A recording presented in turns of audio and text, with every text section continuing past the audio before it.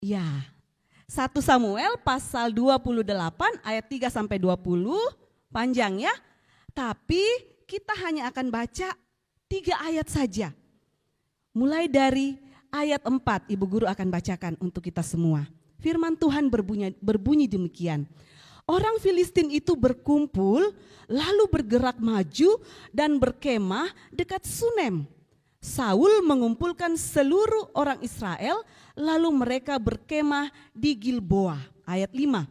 Ketika Saul melihat tentara Filistin itu, maka takutlah ia dan hatinya sangat gemetar.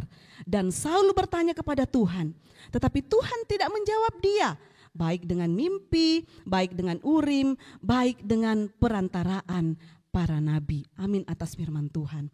Anak-anakku sekalian, saat ini banyak hal yang bisa membuat manusia menjadi takut. Ya, apa saja itu? Coba lihat. Nah, ini gambar apa? Coba perhatikan, ini gambar apa? Ya betul, ini gambar virus. Saat ini dunia sedang dilanda oleh virus corona. Ya, saat ini kita sedang berada di masa pandemi karena virus corona. Lanjut. Nah, coba lihat. Ini ada 2 anak, lari, ada virus corona, lari. Mereka ketakutan karena ada virus corona. Lalu apa lagi yang bisa membuat kita takut selain virus? Oh, takut kegelapan. Malam-malam kalau mau pergi minum, ambil air minum di dapur, temani saya takut. Ada yang seperti itu? Tidak ada. Berani semua. Apalagi yang membuat kita takut? Ramalan-ramalan para peramal. Masih ingat peramal Mbak Ayu? Dia mengatakan seperti ini. Pada tahun ini akan terjadi bencana alam. Akan ada pesawat yang jatuh. Wah, ada betul yang jatuh pesawat. Lalu banyak orang akhirnya mempercayai para peramal. Nah, anak-anakku sekalian, kisah Saul yang kita baca tadi itu juga menceritakan tentang ketakutan. Saul sedang ketakutan. Coba lihat gambarnya. Wah, ini Saul. Saul itu seorang raja apa? Raja Israel. Waktu itu bangsa Israel akan diserang oleh bangsa Filistin. Wah, banyak sekali orang Filistin yang akan menyerang bangsa Israel. Lalu Saul ketakutan. Aduh, pasti kita akan kalah ini. Orang Filistin itu besar-besar badannya, lengkap lagi persenjataannya. Kita ini aduh, mati nih. Kita pasti dikalahkan. Lalu Saul ketakutan. Ya, Saul ketakutan, apa yang dia bikin? Dia berdoa kepada Tuhan, tetapi belum dijawab doanya. Karena belum dijawab doanya, Tuhan tidak menjawab doanya, dia tidak sabar. Lalu apa yang dia lakukan? Karena sudah takut itu, dia mau pergi cari peramal. Dia mau cari dukun untuk menolong dia. Ya, gambar selanjutnya. Oh, ini dia. Kau carikan kita dukun. Siapa tahu dia bisa tolong kita untuk menghadapi ini bangsa Filistin. Aduh, saya putus asa ini. Saya tidak tahu mau bikin apa. Pasti kita kalah ini. Carikan kita dukun. Oke, rajaku, di Endor sana ada seorang dukun. Ada nenek tua. Dia pasti bisa menolong kita. Ayo kita ke sana. Oke, bawa saya ke sana. Lalu tanpa berpikir panjang lagi, Saul pergi menemui dukun itu. Nah, gambar selanjutnya, nah ini dia. Wah, nenek tua, seorang dukun. Dukun ini bohong-bohong Ji. Dia karang-karang Ji, itu apa yang dia bikin. Lalu Saul mendekati dukun itu. Bisakah nenek tua menolong saya? Lalu nenek tua itu bilang gini, apakah yang bisa saya bantu tuanku? Wah, tolong kami ini. Kami akan diserang bangsa Filistin. Bisakah kamu menolong kami? Tolong panggilkan arwahnya Samuel. Oke, bisa tenang saja tuanku. Lalu nenek tua ini mengadakan ritual bohong-bohong Ji. Dia bikin, dia panggil itu arwah-arwahnya. Apa yang terjadi? Wih, ada betul arwahnya Samuel datang. Wah, lalu, nah gambar selanjutnya, wah, Kaget dia ini. Ada betul. Padahal dia itu hanya bohong-bohong, tapi ada betul datang. Wih, kaget Mi juga Saul. Wih, datang betul. Wih, hebat ini dukun. Hebatnya dia bisa panggil arwahnya Samuel. Wah, anak-anakku sekalian, lihat ini. Saul sudah melakukan kesalahan. Ketika ia dalam ketakutan, ia tidak sabar, lalu ia pergi mencari pertolongan ke tempat yang salah, yaitu pergi ke dukun. Bolehkah kita pergi ke dukun sebagai anak-anak Tuhan? Tidak boleh. Tuhan melarang kita untuk melakukan itu. Kita harus percaya kepada Tuhan. Tuhan memberikan kepada kita bukan roh ketakutan. Ketakutan itu adalah tipu muslihat iblis. Tuhan mau kita lepas dari ketakutan. Tuhan mau kita menjadi anak-anak yang berani. Nah, sekarang ada lagi cerita. Mau dengar ceritanya? Tentang ulat bulu yang penakut. Nah, lihat gambarnya. Ulat bulu yang penakut. Mau dengar ceritanya? Oke, duduk yang tenang, duduk yang manis. Dengarkan ibu guru bercerita. Musim gugur akan segera tiba. Ladang-ladang pun sudah siap untuk dipanen. Itu artinya tidak lama lagi para ulat bulu ini akan berubah menjadi kepompong, lalu berubah menjadi kupu-kupu yang cantik. Lalu papanya kupu-kupu ini, Papa Monar namanya, dia bilang begini sama anak-anaknya. Anak-anakku, makanlah yang banyak. Makan yang banyak. Karena selama 10 hari kalian akan menjadi kepompong. Saat kalian menjadi kepompong, kalian tidak bisa makan apa-apa. Setelah itu kalian akan berubah, bermetamorfosis menjadi kupu-kupu. Ayo makan yang banyak ya. Iya Papa. Tapi ingat nak, ingat. Saat kalian makan yang banyak, hati-hati. Kenapa Bapak? Hati-hati karena ada burung pemangsa yang siap memangsa kalian kalau kalian tidak hati-hati. Oh iya Bapak. Jadi sekarang pergi mencari makan. Makan yang banyak sampai kenyang. Tapi ingat harus hati-hati. Baik Bapak. Gambar selanjutnya. Nah, wah ini dia. Ini dia sudah gemuk nih. Banyak sekali dia makan. Ibu guru mau tanya. Ulat bulu itu makanannya apa? Daun, pintar. Ini lihat ya, dia makan daun. Kenyang hampir habis. Tapi dia lihat di situ ada satu ulat bulu yang bersembunyi. Dia tidak makan. Ulat bulu ini namanya siapa tadi? Kodi namanya. Aduh ibu guru hampir lupa. Namanya Kodi. Ya ini namanya Charlie. Ulat bulu ini namanya Charlie, yang ini Kodi. Charlie dia lihat itu Kodi, dia tidak makan. Dia lagi bersembunyi. Kodi, sini. Ayo kita makan, jangan bersembunyi. Nanti kamu mati kelaparan. 10 hari ini kita akan menjadi kepompong dan kita tidak bisa makan apa-apa. Kamu harus makan Kodi. Tidak Jide, kayaknya saya masih kenyang. Jangan begitu Kodi. Nanti sakit perutmu, nanti kau mati kelaparan. Saya takut pergi ke situ, saya mau sembunyi saja. Nanti kalau saya pergi ke situ, saya makan di situ, ada nanti burung dia mangsa saya, saya mati, saya tidak mau Ji. Penakutnya kamu kok di sini ayo sini kita makan. Sementara itu Charlie dia pergi panggil Kodi, tiba-tiba saat mereka keluar, Kodi keluar dari persembunyiannya, tiba-tiba dari atas ada seekor burung pemangsa yang siap memangsa mereka. Lari.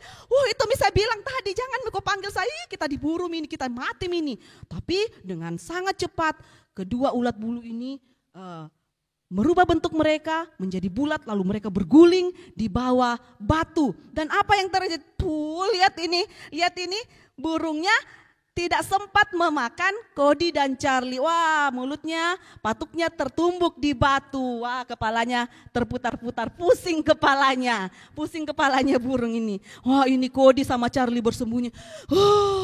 Hampir saja, hampir Itu tadi saya bilang jangan kesian kau panggil saya. biar saya sembunyi. Saya tidak mau makan.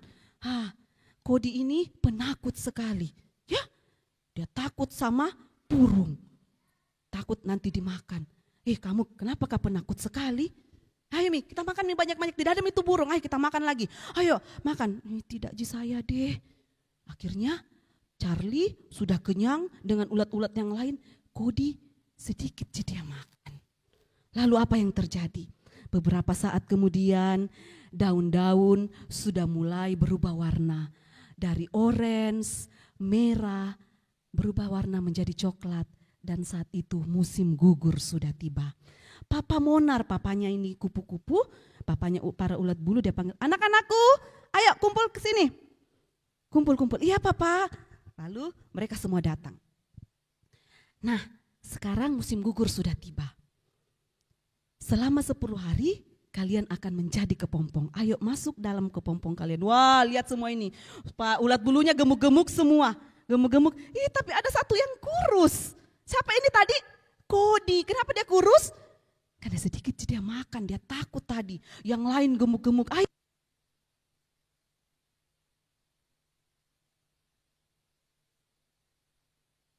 Ganti mic dulu, cek. Oke. Ya, semua sudah gemuk, Kodi masih kurus. Oke, kalau begitu papanya bilang begini, kalian pergi mencari tempat peristirahatan yang baik, yang aman.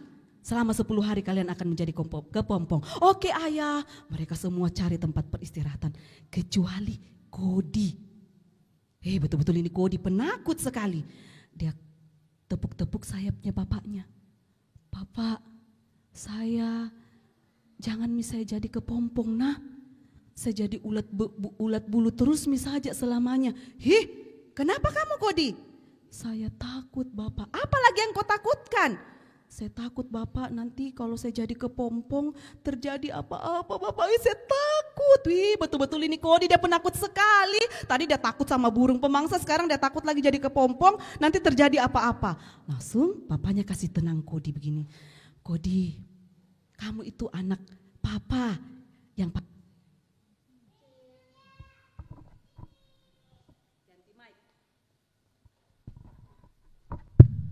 ya.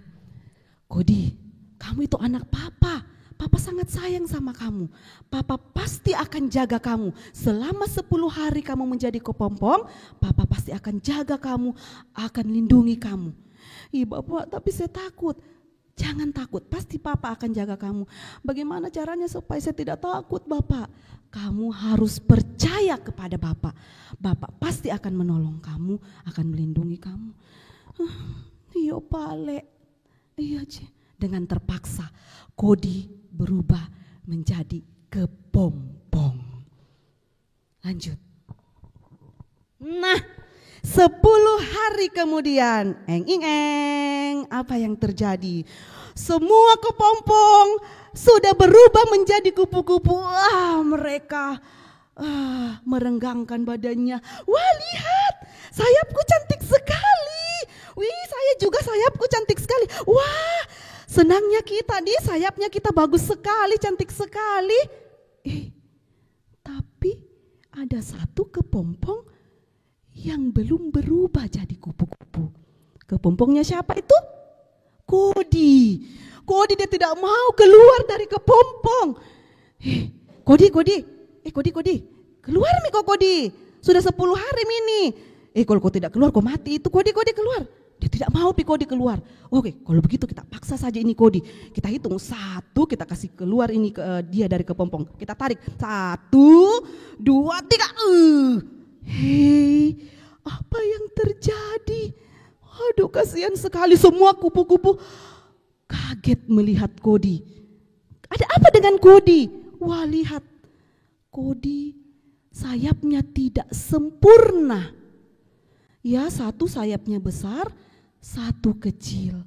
Kenapa bisa begitu? Karena dia tidak makan banyak tadi. Dia dihantui ketakutan. Ya, dia tidak mau makan banyak, akhirnya dia tidak bertumbuh dengan sempurna. Dia sedih lagi. Itu bisa bilang Bapak, jangan bisa jadi kupu-kupu, biar bisa jadi ulat saja. Ini lihat nih kasihan sayapku, satu kecil, satu besar. Bagaimana mungkin saya bisa terbang Bapak?